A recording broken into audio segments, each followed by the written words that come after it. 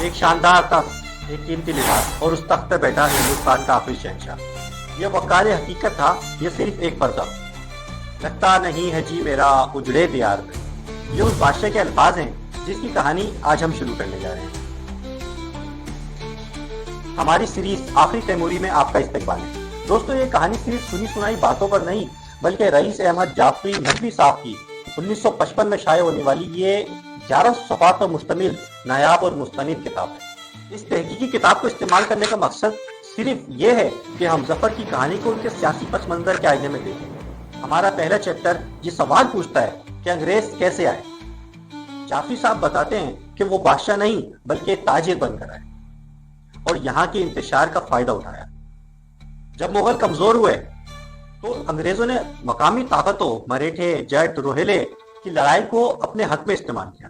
مالی اور انتظامی اختیارات معاہدوں کے ذریعے کمپنی کے تحت چلے۔ ظفر کو جو سلطنت ملی وہ صرف نام کی سلطنت تھی۔ کتاب کے ابواب معاشی اور تمدنی حالات اندرونی زوال کی تصویر کھینچتے ہیں۔ اقتدار کی کمزوری نے ملک میں افلاس اور بے روزگاری کو بڑھا دیا، اور لال قلعے کے اندر شاعرانہ محفلیں تو جاری تھی مگر باہر عوام روٹی کا سوال سے دوچار تھے۔ ایسے میں بغاوت کے لیے صرف ایک چنگاری کی ضرورت تھی، اور وہ چنگاری باہر سے نہیں بلکہ خود شاہی خاندان کے اندر سے نکلی۔